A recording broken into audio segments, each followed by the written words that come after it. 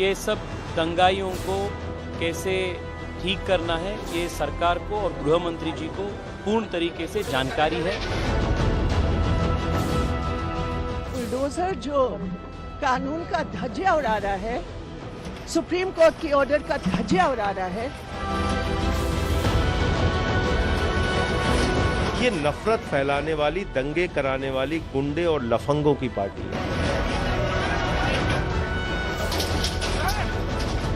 अभी उस जगह पे दंगे हुए थे, ये कौन सी टाइमिंग है? क्या हमने हीलिंग के लिए पर्याप्त प्रयास किए?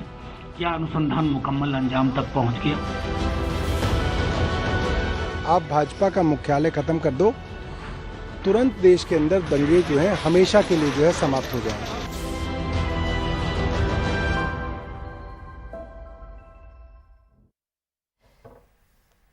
तो नमस्कार, देश की बात में हाजिर है। पहले बात देश की राजधानी दिल्ली की, जहां के संवेदनशील इलाके जहांगीरपुरी में आज एमसीडी द्वारा अवैध कब्जे पर डिमोलिशन ड्राइव चलाई गई। इसमें 20 से ज्यादा दुकानें टूटी, 4 झुग्गियां भी तोड़ी गई हैं और उस मस्जिद से सटी दीवार भी टूटी जिसके सामने शनिवार के दिन शोभा यात्रा के दौरान हिंसा हुई थी। बहरहाल सुप्रीम कोर्ट के आदेश के बाद कार्रवाई को कल तक के लिए स्थगित कर दिया गया है। अब कोर्ट कल बुलडोजर इस वाले मामले पर सुनवाई करेगा।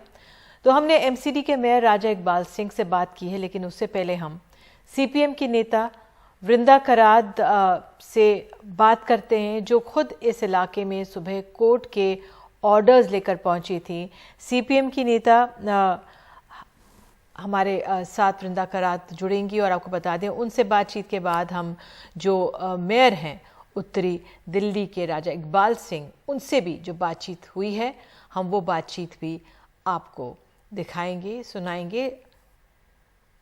और मुझे बताया जा रहा है कि पहले हम मनीष सिसोदिया, हालांकि वृंदा करात पहली विपक्ष की नेता थी जो नज़र आई, जो वहाँ पर पहुँची और उन्होंने इसका विरोध किया, लेकिन अब बता दें कि मनीष सिसोदिया दिल्ली के उप मुख्यमंत्री और राहुल गांधी ने भी ट्वीट किया। राहुल गांधी का ट्वीट हमने स्क्रीन पर आपको दिखाया। उन्होंने लिखा है कि ये भारत के संवैधानिक मूल्यों का विध्वंस है, ये गरीब और अल्पसंख्यकों पर राज प्रायोजित निशाना है और इसकी बजाय बीजेपी अपने दिलों की नफरत पर बुलडोजर चलाए। बहरहाल मुझे बताया जा रहा है वृंदा जी हमारे साथ हैं।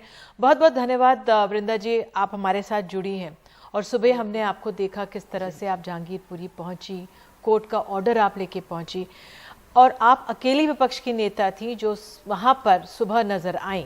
मैं क्योंकि आपसे ये समझना चाहूंगी कि आप वहां पर क्यों गई, क्योंकि विपक्ष का कोई नेता नहीं था और ये वही इलाका है जहां पर कुछ दिन पहले हमने इतनी हिंसा देखी। एमसीडी कह रही है कि हमने अवैध कब्जा हटाना था। आपके जहन में क्या हुआ, क्या सोचकर आप वहां पहुंची? पिछले 2 दिन से हमारी पार्टी और भी लेफ्ट पार्टीज हैं, वहाँ उन्होंने एक जांच की थी और इससे बिल्कुल स्पष्ट था कि जहांगीरपुरी के लोकल लोग उसमें इन्वॉल्व नहीं हैं। जो बाहर जुलूस आया था वो जुलूस हथियारों से लैस था और वो जुलूस की जो प्रोवोकेटिव स्लोगन्स वगैरह थे, क्योंकि जहांगीरपुर एक ऐसे इलाका है, मैं 40 साल से जानती हूँ उस इलाके को। जब टेक्सटाइल में काम करती थी एज अ ट्रेड यूनियनिस्ट, तब से उस समय जहांगीरपुरी बसी थी। तो वहाँ कभी भी कोई भी सांप्रदायिक इस प्रकार का विभाजन नहीं रहा, कभी भी, क्योंकि ये सारे लोग या तो मजदूर हैं या ये निम्न मध्यम वर्ग के हैं, सब मेहनत करने वाले हैं। तो ये जो घटना घटी उसमें हमारे लोग पहले से उसमें पूरी जांच के आधार पर, और परसों मैंने पुलिस कमिश्नर को भी एक पत्र दिया था कि ये एक तरफा आप लोग कर रहे हैं, ये बेहद गलत है। हम चाहते हैं कि सज़ा सबको हो जो भी गिल्टी है, लेकिन एक तरफा जो आप कर रहे हैं ये बेहद गलत है। तो उसकी फॉलोअप के लिए आज हम लोग वहाँ जा रहे थे। आज सुबह हमें पता चला कि सुप्रीम कोर्ट का ऑर्डर आ गया है। हमारे ऑल इंडिया लॉयर्स यूनियन के जो अध्यक्ष है सुरेंद्र नाथ जी, उन्होंने मुझे कहा, स्पेशल मेंशन सब ने किया, कपिल जी थे, दुष्यंत दवे थे, सुरेंद्र नाथ जी थे। सुप्रीम कोर्ट ने उसके आधार पर एक यथास्थिति बनाए रखने का ऑर्डर दिया। तब तक हम लोग जहांगीरपुरी की ओर ऑलरेडी हम लोग बढ़ गए थे, हमें पता चला। लेकिन वहाँ जब हम लोग पहुँचे, हैरानी की बात थी कि 1.5 घंटा लगा पहुँचने में, वहाँ बुलडोज़र फिर भी चल रहा था। एकदम गरीबों के घर, जो शेड्स है, कोई घर के सामने अपना दुकान चला रहे थे। एक विधवा से मैं मिली, वो वहाँ कुछ थोड़े बहुत चीज़ों को बेच रही थी। पूरा बुलडोज़र ने करोड़ता के साथ वृंदा जी, मैं सत्यानाश किया। बिल्कुल एमसीडी के मेयर की बातचीत सुनाऊंगी, क्योंकि वो कह रहे हैं कि जो कबाड़ का अवैध कारोबार था वहाँ पे चल रहा था, उस पर वो कार्रवाई कर रहे थे। लेकिन यहाँ पर ऐसे लोगों की भी जुग्गियाँ टूटी है जिनके पास कागजात थे, जो बरसों से यहाँ पे अपनी दुकान चला रहे थे। 20 दुकानें यहाँ पे टूटी हैं महंगाई के इस दौर में। लेकिन वृंदा जी, एक तरफ तो वो हिंसा जो हुई हमने देखा शोभा यात्रा के दौरान, दोनों तरफ, एक तरफ पत्थर चले, दूसरी तरफ तलवारें थी। लेकिन दूसरी तरफ आज ये कार्रवाई जहांगीरपुरी में, क्या आपको लगता है इसके पीछे ये असंवेदनशीलता है? क्योंकि यहाँ पे पहले ही लोग इतने तनाव में हैं और ऊपर से बुलडोजर की कार्रवाई, क्योंकि और बहुत सारी जगह दिल्ली में जहाँ पर अवैध कब्जा होगा, अवैध कारोबार हो रहा होगा, लेकिन जहांगीरपुरी में होना क्या आपके समझ में है? क्यों इस जगह को चुना गया? इसमें तो बहुत ज़्यादा जानकारी की भी ज़रूरत नहीं है, क्योंकि बीजेपी नेता ने स्पष्ट बता दिया। बीजेपी के दिल्ली के अध्यक्ष ने ऐलान कर लिया, घोषणा कर लिया कि जो मध्य प्रदेश की बुलडोज़र है, जो यूपी का बुलडोज़र है, हम जहांगीरपुरी में चलाएंगे। मैं तो कहती हूँ ये बुलडोज़र पॉलिटिक्स हमारे देश को बुलडोज़ कर रहा है, हमारे संविधान को बुलडोज़ कर रहा है। एक नागरिक, हिंदू हो या मुसलमान हो, अगर इंक्रोचमेंट है, अगर गैर कानूनी मेरे अपना दुकान चल रहा है, मुझे आप नोटिस भी नहीं देंगे, आप मुझे मौका भी नहीं देंगे। और आपने सिलेक्टेड किया, आपने कहा कि दिल्ली की अन्य जगह, उस ब्लॉक के सामने मेरे पास सारे फोटोज है, जो यहाँ शेड्स तोड़े गए उसके बस बिल्कुल सामने उसी प्रकार के शेड्स है, उसी प्रकार के छोटे दुकान हैं। हिंदू हो या मुसलमान हो, जीविका का एक साधन है। और जो मैंने देखा वहाँ कोई छोटे छोटे चीज़ें वो बेच रहे थे। परचूनी की दुकान किसी की थी, मैंने आपको विधवा की बात की, वो छोटे छोटे चीज़ों वहाँ बेच रहे थे, कोई बिस्कुट, कोई कुछ मिठाई। तो ये एक पॉलिटिकली मोटिवेटेड, गैर कानूनी और कानून का इसमें ये एजेंडा है, पॉलिटिकल एजेंडा है। किसी को धमकी देना, किसी को आतंकित करना, और वो किसी कौन है? एक विशेष कम्युनिटी, और यहाँ मुसलमानों का। क्यों? मैं वहाँ जब गई,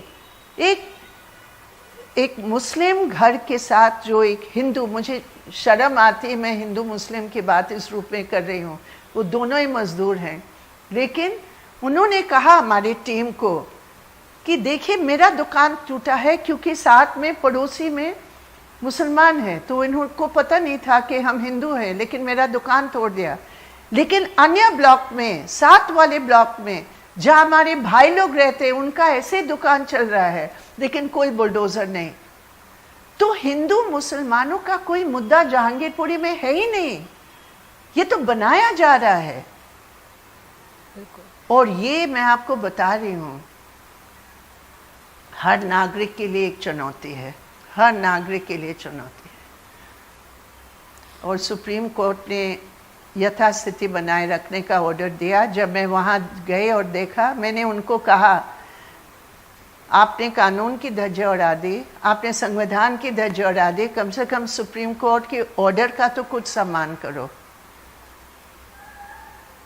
बिल्कुल वृंदा जी, वाकई आपसे सुनकर, बात कर और आपने इतनी और जानकारी इस इलाके के बारे में दी है, बहुत बहुत धन्यवाद। और सबसे पहले तो यही बात आखिर में मैं धन्यवाद की विपक्ष के तौर पर, एक नेत्री वहाँ पर पहुँची थी और बाद में तमाम विपक्ष के नेताओं ने ट्वीट किया है। तो बहरहाल जो विपक्ष अपने आप को विपक्ष कहलाता है, कहाँ पर नजर आया जहांगीरपुरी की जनता के साथ। बहुत बहुत धन्यवाद वृंदा जी जुड़ने के लिए। और अब हमारे साथ राजा इकबाल सिंह हैं, जो उत्तरी एमसीडी के मेयर हैं और जिनके आदेश पर, जिनके इलाके पर ये कार्रवाई हुई है। इकबाल जी, बहुत बहुत धन्यवाद समय निकालने के लिए और एनडीटीवी इंडिया से जुड़ने के लिए। मेरा पहला सवाल यही है आपसे कि जहांगीरपुरी में हाल ही में इतनी हिंसा हुई है, इतना तनाव वहाँ पर बना हुआ है, क्या आज ये कार्रवाई, अभी इन्हीं दिनों कार्रवाई ज़रूरी थी? क्या संदेश देता है डिमोलिशन ड्राइव जो आपने आज ही चलाई है? देखो, इसमें हमारा कोई संदेश नहीं है, इसमें एक ही संदेश है, वो एमसीडी का, म्यूनिसिपल कॉरपोरेशन ऑफ दिल्ली का एक संदेश है कि सरकारी ज़मीन के ऊपर किसी भी तरह का अवैध जो कब्जा है बर्दाश्त से बाहर है। और कोई भी जो अनऑथराइज्ड कंस्ट्रक्शन रोड के ऊपर किसी भी तरह की हो, किसी भी धर्म की हो, किसी भी समाज की हो, जो जनता के हित में नहीं होगी, उस पर सख्त से सख्त कार्रवाई की जाएगी। तो वहां पर इतना भारी पुलिस बंदोबस्त है, अभी जांच भी चल रही है जो हिंसा हुई है, क्यों माहौल की अनदेखी की गई है? देखो, इसमें माहौल की कोई अनदेखी नहीं थी। एक्चुअली ये हमारा रूटीन का काम है। हर वार्ड के अंदर हमारे 2-3 प्रोग्राम लगे होते हैं। फरवरी के अंदर भी यहाँ पर 2 प्रोग्राम लगे हैं, तो इसलिए इसमें कोई ऐसी बात नहीं थी, और हमारा किसी से कोई मतलब नहीं इन चीज़ों से। तो लोग सवाल ये कर रहे हैं कि जहांगीरपुरी को ही क्यों चुना गया? वैसे तो अवैध कब्जे वाले कई इलाके हैं, सैनिक फार्म भी है, दिल्ली में बड़े छोटे कई कॉलोनीज हैं, तो वहां पर ही क्यों कार्रवाई? देखो नॉर्थ एमसीडी के अंदर मैं आपको बता रहा हूँ, सभी वार्डों पे एक्शन होगा और सभी वार्डों पे एक्शन हो रहा है, तो इसलिए खाली जहांगीरपुरी भी उसका एक पार्ट है, इसमें कुछ स्पेशल वाली हम लोगों के लिए बात नहीं है। इकबाल जी, कहा यह जा रहा है कि एमसीडी के जो आगामी जब होंगे चुनाव, उसको देखते हुए इस तरह की कार्रवाई की गई है और आपसे दबाव में काम आपसे करवाया गया है। देखो, ऐसा है कि इसमें काम करवाने वाली कोई बात नहीं है। एमसीडी का एक नॉर्मल रूटीन है, जिस रूटीन में हम साफ सफाई करते हैं, सरकारी कब्जों को रोकते हैं, इलीगल कंस्ट्रक्शन को जो नॉनसेंस क्रिएट करती है कोई भी चीज़, उसको रोकते हैं। तो कौन करवाएगा, कौन करेगा, हमें तो इस बात का समझ नहीं आ रही। ऐसे लोगों की दुकानें तोड़ी गई जो कागजों के साथ कई बरसों से दुकान चला रहे थे, डीडीए की, और बाकायदा पैसे देकर वो उन्होंने अपने कागज भी दुरुस्त कराए थे। ऐसा है कि वहाँ पर जो आप उसका एक ही फेस देख रहे हैं, दूसरे फेस में जो कबाड़ी बैठे हुए थे जिन्होंने इतना नॉनसेंस क्रिएट कर रखा था, और वहाँ की जो आरडब्ल्यू, लोकल आरडब्ल्यू, वो इतने परेशान थे, लोगों को चलने में दिक्कत आ रही थी, ट्रैफिक जाम था। इन सब चीज़ों की निजात के लिए कबाड़ी भी ख़त्म करना था, कबाड़ भी ख़त्म करना था, हमें कोई ना कोई तो स्ट्रॉन्ग एक्शन लेना था। तो इसलिए एमसीडी ने एक एक्शन लिया, और इस एक्शन में जो सरकारी ज़मीनों पे जो कब्जे थे कबाड़ियों के, वो भी हटाए, और छोटे मोटे एक्शन लिए इसमें। तो इसमें इतनी बड़ी बात को हाइप। इकबाल जी, लेकिन दुकानदार ही नहीं, रेहड़ी वाले भी थे। महंगाई के इस दौर में गरीबों की जो रेहड़ियां थी वो तोड़ दी गई, क्या तोड़ना ज्यादा जरूरी था? उनको हटवा देते। देखो जी, ऐसा है कि सरकारी जमीन पे जो नॉनसेंस क्रिएट होगा किसी भी तरह का, वो टॉलरेट नहीं किया जाएगा, और उस पर सख्त से सख्त एक्शन होगा। अब वहां पे जो जिनकी टूटी है, दुकानें टूटी हैं, वो कह रहे हैं हमें नोटिस भी नहीं दिया गया, जो कानूनी तौर पर जरूरी भी होता है, तो ऐसा क्यों नहीं, इसका पालन क्यों नहीं हुआ? हमने सारे नोटिस दिए, हम सारे नोटिस दिखा देंगे, माननीय कोर्ट को भी दिखा देंगे, मगर बात ये है कि अननेसेसरी एक बात को इतना बड़ा कर करना, तो मुझे समझ नहीं आ रही कि हम तो अपना काम कर रहे हैं। अगर आप इस चीज़ को जस्टिफाई नहीं मानते तो आप कहो हमें, अगर रोड के ऊपर हमने जो अवैध जो कब्जे हो रखे थे उसको उठाया, तो उसमें हमने क्या गलत किया? ये जनता ही की ये डिमांड है जो हम पूरी कर रहे हैं जी। लेकिन आखिरकार सुप्रीम कोर्ट के दखल के बाद ही आप लोग आज रुके हैं, इनका स्टे मिला है। कोर्ट के ऑर्डर के काफी समय बाद तक कहा जा रहा है कि काम चलता रहा वहां पर। देखो, ऐसा है कि जैसे ही माननीय सुप्रीम कोर्ट का हमें आदेश आया, हमने तुरंत उसकी पालना की, और उसी समय ही हमने जो भी ये जो काम चल रहा था एक्शन को रोक लिया। इकबाल जी, ऐसा नहीं कि डिमोलिशन ड्राइव पहली बार देश में हो रहा है। आपको याद होगा कि किस तरह से गुजरात में हमने सुना था साफ सफाई के लिए कुछ मंदिर मस्जिद तोड़े गए, बनारस में हमने देखा। लेकिन अब जिस तरह से बुलडोजर का इस्तेमाल किया जा रहा है, जिस तरीके से तोड़ा जा रहा है, असंवेदनहीन हो गए हैं। क्या हम भारतीय एक तरह से पूरा जिस तरह से वहाँ पे माहौल बना, उसको बिल्कुल ध्यान में नहीं रख रहे हैं? देखो जी, हम लोगों के लिए सब बराबर है, हम सब भारतीय हैं, सब कहीं भी कोई, मगर ये है कि कोई भी आदमी जो कानून का पालन नहीं करेगा उस पर तो एक्शन होगा। जो आदमी लाल बत्ती क्रॉस करेगा उस पर चालान होगा, कोई वो किसी भी जात का हो, किसी भी धर्म का हो। कोई आदमी गलती करेगा उस पर तो एक्शन होगा। जो सरकारी ज़मीनों पे कब्जा करेगा उस पर एक्शन होगा। जो इलीगल कंस्ट्रक्शन करके रोड ब्लॉक करेगा उस पर एक्शन होगा। तो बहुत बहुत धन्यवाद। इकबाल सिंह का यही कहना है कि जो लोग लाल बत्ती क्रॉस करेंगे उनका चालान होगा, अवैध कब्जा करेंगे सरकारी संपत्ति पर, उन पर इस तरह की सख्त कार्रवाई होगी। बहरहाल जहांगीरपुरी में जिस मस्जिद के आसपास अवैध निर्माण को लेकर कार्रवाई हुई है उससे महज 50 मीटर की दूरी पर एक मंदिर भी है, लेकिन वहां के अवैध निर्माणों पर तोड़फोड़ ये कार्रवाई नहीं पहुंची। हालांकि एमसीडी दावा कर रही कि वो मंदिर के पास भी अतिक्रमण गिराने वाली थी, लेकिन तभी सीपीएम नेता वृंदा करात कोर्ट के आदेश के साथ पहुंच गई और कार्रवाई रोकनी पड़ी। हालांकि अब लोग खुद ही अतिक्रमण तोड़ रहे हैं। हम इस वक्त जहांगीरपुरी में हैं और आप देखेंगे कि ये मंदिर है और वो सामने मस्जिद है। मस्जिद के बाहर जो इंक्रोचमेंट था, जिसमें एक दीवार, एक दरवाज़ा लगाया हुआ था मस्जिद के बाहर, वो तोड़ा गया, दुकानें तोड़ी गईं।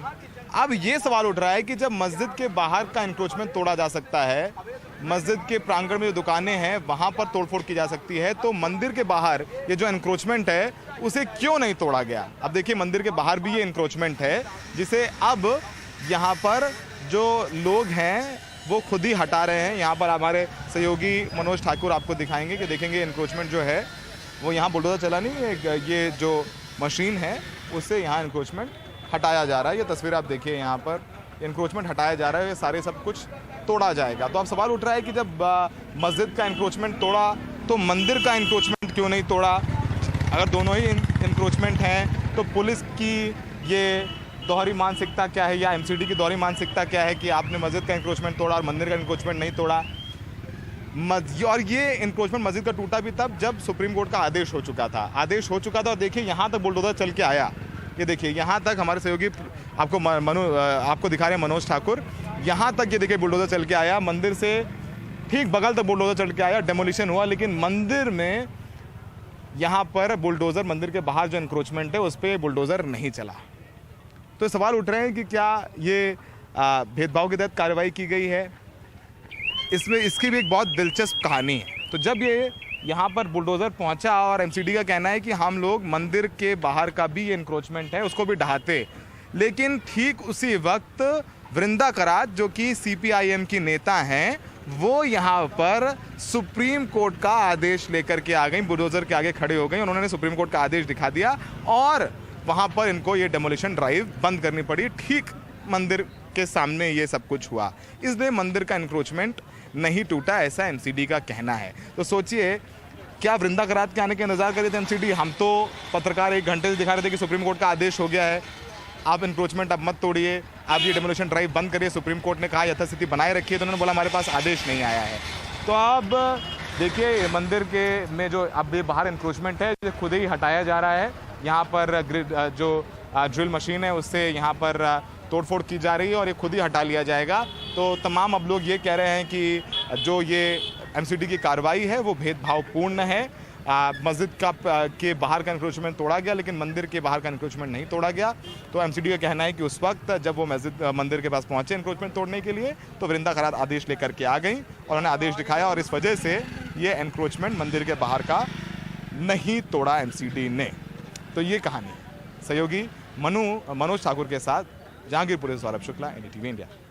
और देश की बात में वक्त है एक छोटा सा ब्रेक का। ब्रेक के बाद महाराष्ट्र से खबर है। हालांकि देश भर से ऐसा कहा जा सकता है सोशल मीडिया पर क्यों बढ़ रही है सांप्रदायिकता, एक रिपोर्ट दिखाई।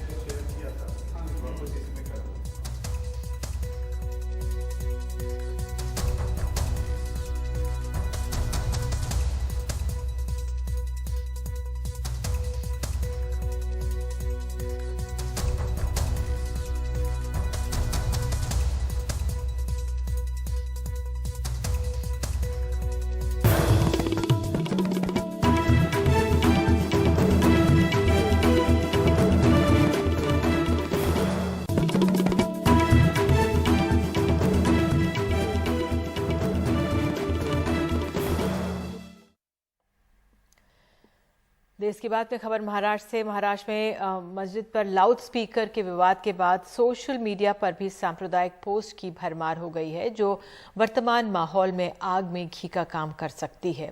इसलिए महाराष्ट्र साइबर सेल ने ऐसी पोस्ट की पहचान कर उन्हें डिलीट करना शुरू कर दिया है। महाराष्ट्र साइबर सेल के स्पेशल आईजी यशस्वी यादव के मुताबिक 1 महीने से कम समय में अब तक ऐसी 700 सांप्रदायिक पोस्ट की पहचान कर कार्रवाई की जा चुकी है। महाराष्ट्र साइबर सेल के मुताबिक सोशल मीडिया पर नफरत फैलाने वालों के खिलाफ 2 तरह की कार्रवाई की जाती है।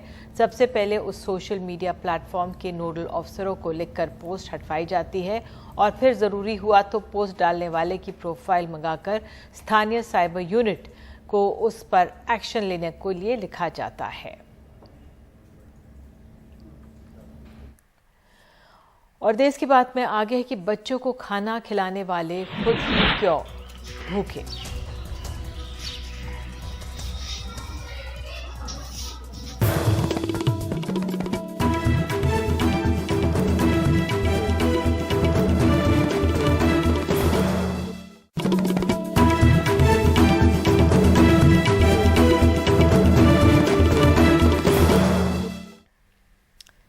देश की बात में खबर उत्तर प्रदेश से। यहाँ के सरकारी स्कूलों में पढ़ने वाले करीब 16 लाख बच्चों के लिए मिड डे मील बनाने वाली जो हेल्पर्स हैं, उनको 6-6 महीने से मानदेय नहीं मिला है, जिससे वो खुद भुखमरी के कगार पर हैं। मिड डे मील बनाने वाले इन महिलाओं को क्यों तनख्वाह नहीं मिल रही है, देखिए रिपोर्ट। हापुड़ के शिवगढ़ी प्राथमिक विद्यालय में 60 साल की गीता शर्मा बच्चों के लिए मिड डे मील बनाती हैं। इसके एवज में उनको हर महीने महज 1500 रुपए मिलते हैं, लेकिन ये मानदेय भी 7 महीने से नहीं आया है। परेशानी है, सैलरी नहीं मिली, 2 महीने हो गए हैं। तो बच्चों की परवरिश कैसे करें? क्या गर्मी में आते हैं जाते हैं, बहुत परेशानी है। 1500 रुपए देते हैं, उन्हें भी 8-8, 9-9 तो 10 महीने हो जाते हैं। गीता शर्मा अकेली नहीं है, मोहसिना भी अपने घर चलाने के लिए सरकारी स्कूल में मिड डे मील बनाती हैं, लेकिन इनका भी मानदेय नहीं मिला है, जबकि इनके पति बीमार पड़े हैं। हमें यहाँ 7 महीने से सैलरी नहीं मिली, तो आदमी है मेरा बीमार, 8 साल से मेरा आदमी घर बैठ बैठा। बहुत परेशानी आ रही है, बहुत दिक्कत आ रही है हमें। कितनी सैलरी आपको मिल रही है महीने? 1500 रुपए मिलते हैं। अच्छा। हाँ, वो भी हमें टाइम पे भी नहीं मिल रहे हैं। शिवगढ़ी के इस स्कूल में मिड डे मील बनाने के लिए पहले 5 सहायिका थीं, लेकिन पैसा न मिलने से 2 ने काम करना बंद कर दिया।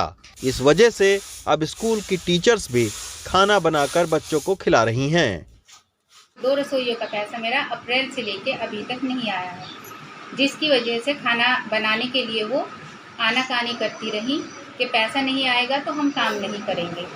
उसके बाद खाना बनाने की परेशानी को देखते हुए मैं और शिक्षा मित्र और एक मधु मैम, हम लोगों ने मिलके बच्चों को खाना बना के खिलाया, पढ़ाते भी थे और बच्चों को खाना भी बना के खिलाते थे। मिड डे मील बनाने वालों को 6-6 महीने से तनख्वाह क्यों नहीं मिल रही है, इस बारे में जब हमने उत्तर प्रदेश सरकार की शिक्षा सचिव अनामिका सिंह से बात की, तो हमारे सवाल के जवाब में उन्होंने कहा कि इस साल मानदेय भुगतान करने में नई तकनीक का इस्तेमाल किया जा रहा है। इस कारण राज्य के 15 से 16 जिलों में रसोइयों को भुगतान करने में तकनीकी कारणों के चलते विलंब हो रहा है। चूंकि ये सरकारी स्कूलों के गरीब बच्चों को मिड डे मील मुहैया कराती इन गरीब महिला सहायकों की ना तो कोई ताकतवर यूनियन है, ना ही ये ज़्यादा पढ़ी लिखी हैं और ना ही इनकी ऊंचे अफसरों तक पहुंच है। यही वजह है कि ये दूसरों के बच्चों को भोजन तो मुहैया कराती हैं, लेकिन इनका खुद का परिवार आजकल आर्थिक तंगहाली से घिरा हुआ है। हापुड़ से मोहम्मद अदनान के साथ रवीश रंजन शुक्ला, एनडीटीवी इंडिया।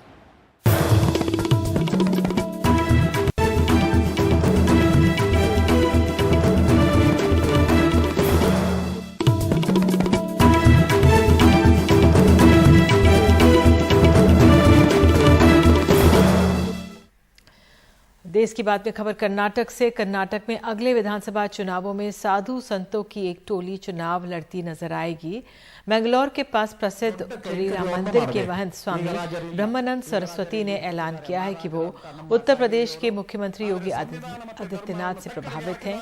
उनके साथ 50 संत चुनाव लड़ने की तैयारी कर रहे हैं ताकि राजनीति को साफ सुथरा किया जा सके। उनका कहना है कि 5 लाख नागा साधु चुनाव में उतर रहे हैं और संतों के लिए चुनाव प्रचार करेंगे। जीतने पर वो कोई तनख्वाह भी नहीं लेंगे। और इसी खबर के साथ देश की बात में आज के लिए इतना ही। नमस्कार।